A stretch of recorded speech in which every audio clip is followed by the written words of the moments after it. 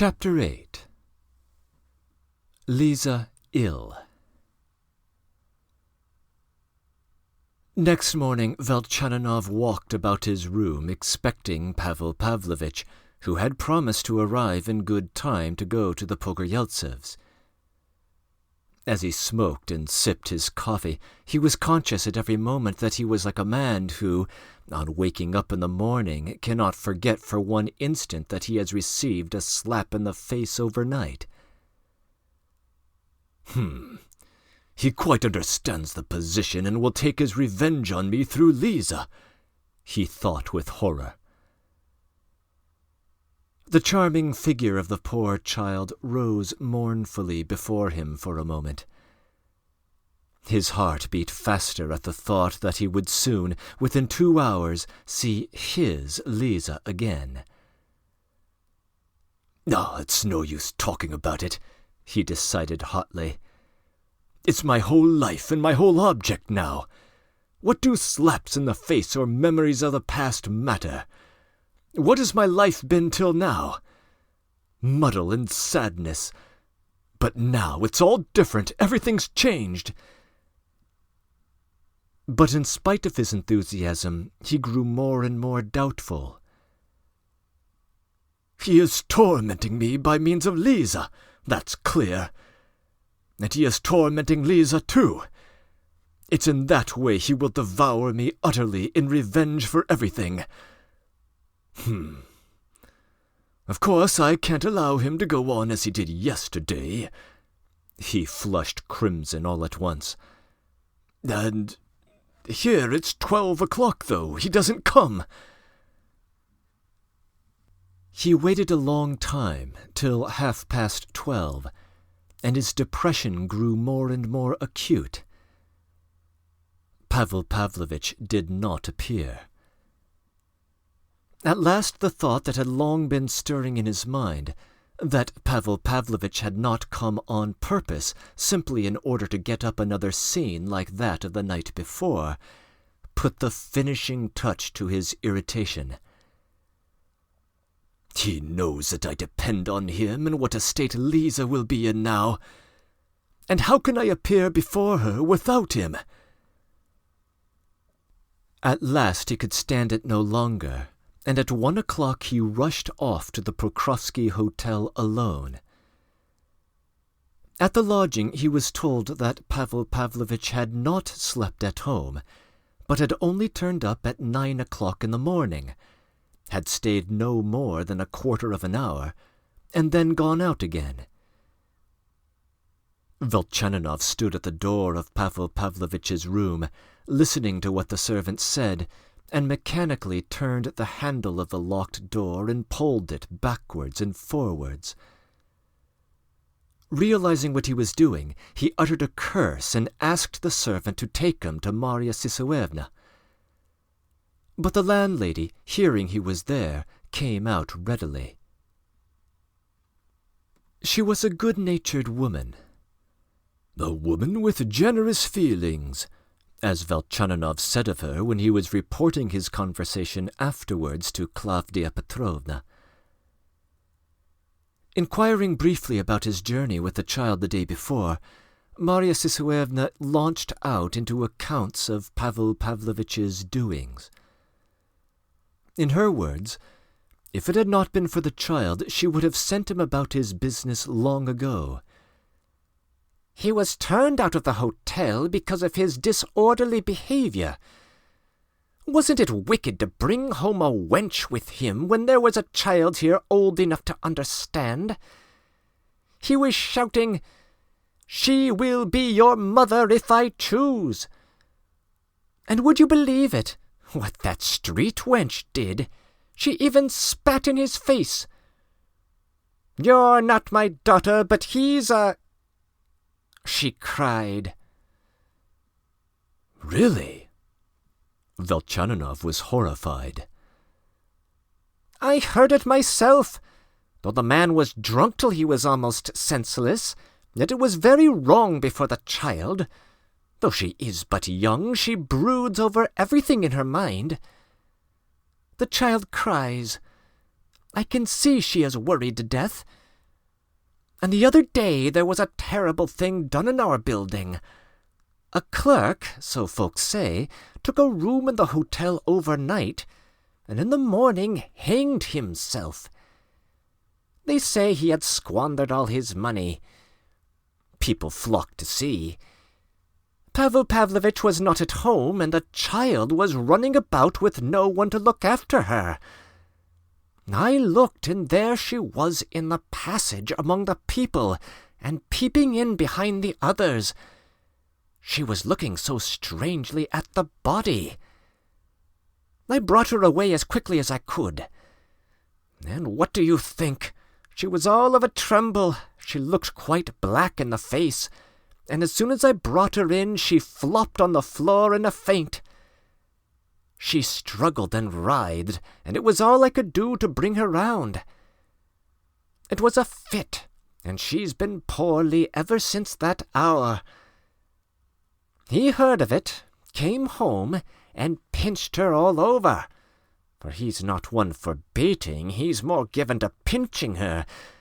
And afterwards, when he came home after having a drop, he'd frighten her. "I'll hang myself too," he'd say. "You'll make me hang myself on this blind cord here," he'd say. And he'd make a noose before her eyes. And she'd be beside herself. She'd scream and throw her little arms round him. "I won't," she'd cry. "I never will again."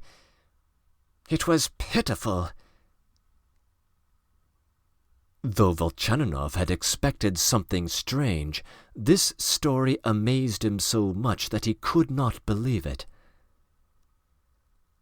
Marya Sisuevna told him a great deal more.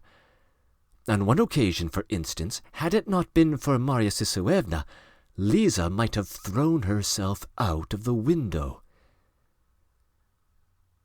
Volchaninov went out of the house reeling as though he were drunk. "I'll knock him on the head like a dog," was the thought that floated before his mind.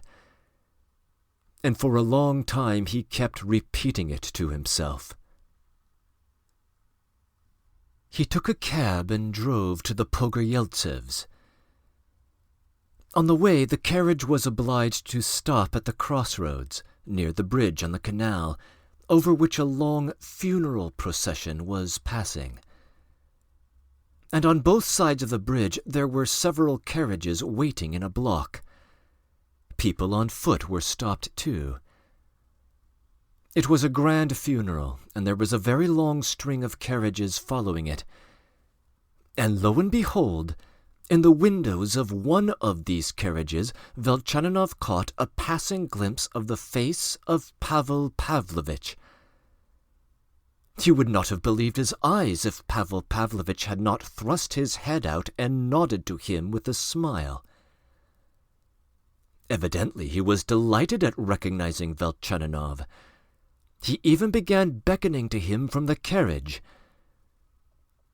Volchaninov jumped out of his cab, and, in spite of the crush, in spite of the police, and in spite of the fact that Pavel Pavlovitch's carriage was driving on to the bridge, he ran right up to the window. Pavel Pavlovitch was alone. "What's the matter with you?" cried Volchaninov. "Why didn't you come? How is it you are here?" "I'm repaying a debt. Don't shout, I'm repaying a debt," sniggered Pavel Pavlovitch, screwing up his eyes jocosely. "I'm following the mortal remains of my faithful friend Stepan Mikhailovitch." "That's all nonsense, you drunken, senseless man!" Volchaninov shouted louder than ever, though he was taken aback for an instant. "Get out this minute and come into the cab with me." "I can't, it's a duty." "I'll drag you out," Volchaninov yelled. "And I'll scream, said Pavel Pavlovitch, sniggering as jocosely as before, as though it were a game, though he did huddle into the furthest corner of the carriage. "Look out, you'll be run over!" shouted a policeman. At the further end of the bridge, a carriage cutting across the procession did, in fact, cause a commotion. Velchaninov was forced to skip back. The stream of carriages and the crowd of people immediately carried him further away. With a curse, he made his way back to the cab. "No matter, I couldn't have taken a fellow like that with me at any rate," he thought, with a feeling of bewildered anxiety that persisted. When he told Klavdia Petrovna Marya Sisuevna's story and described the strange meeting in the funeral procession, she grew very thoughtful. "I feel afraid for you," she said.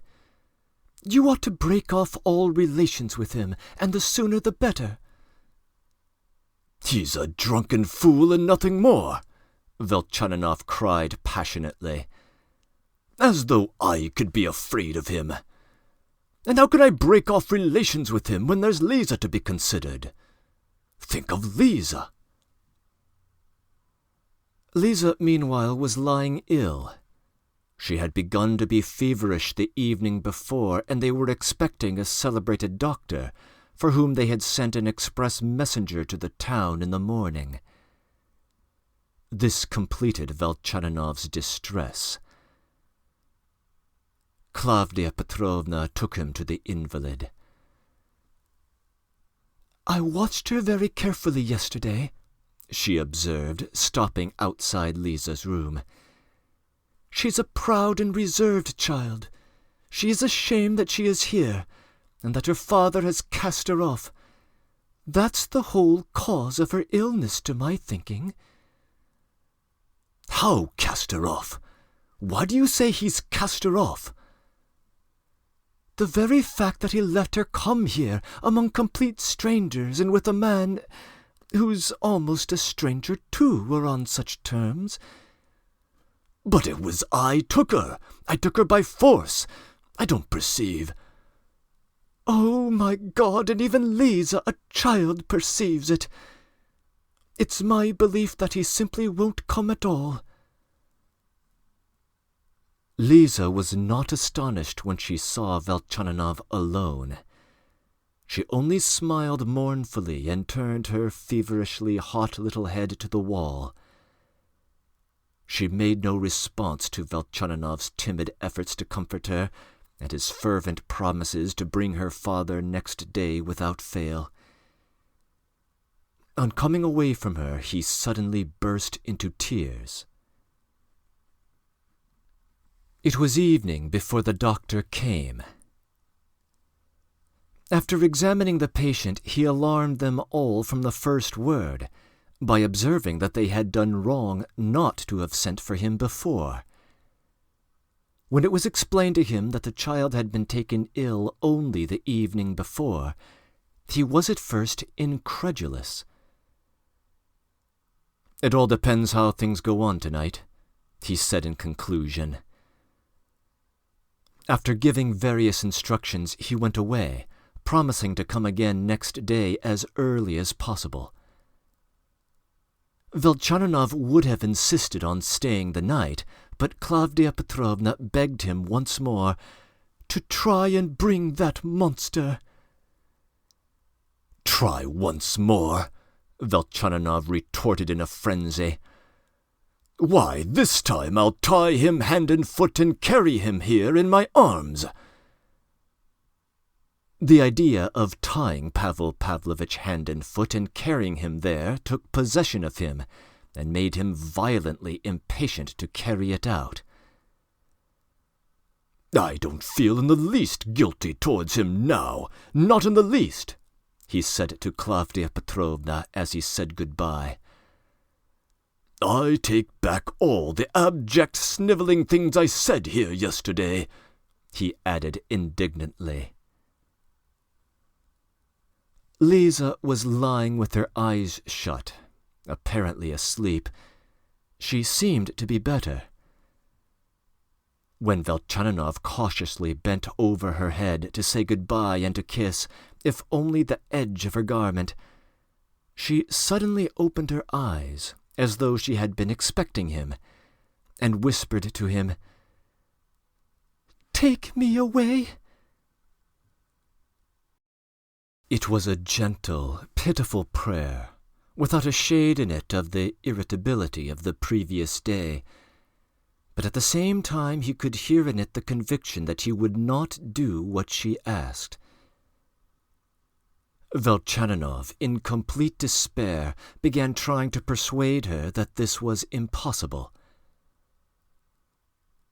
In silence she closed her eyes and did not utter another word, as though she did not see or hear him. On getting into Petersburg, he told the driver to take him straight to Pokrovsky Hotel. It was 10 o'clock. Pavel Pavlovitch was not in his lodging. Velchaninoff spent a full half-hour in waiting for him and walking up and down the passage in sickening suspense. Marya Sisuevna assured him at last that Pavel Pavlovitch would not be back till early next morning. "Then I will come early in the morning," Velchaninoff decided, and beside himself he set off for home. But what was his astonishment when, at the door of his flat, he learned from Mavra that his yesterday's visitor had been waiting for him since 10 o'clock. "And has been pleased to drink tea here, and has sent out for wine again, and has given me a blue note to get it,"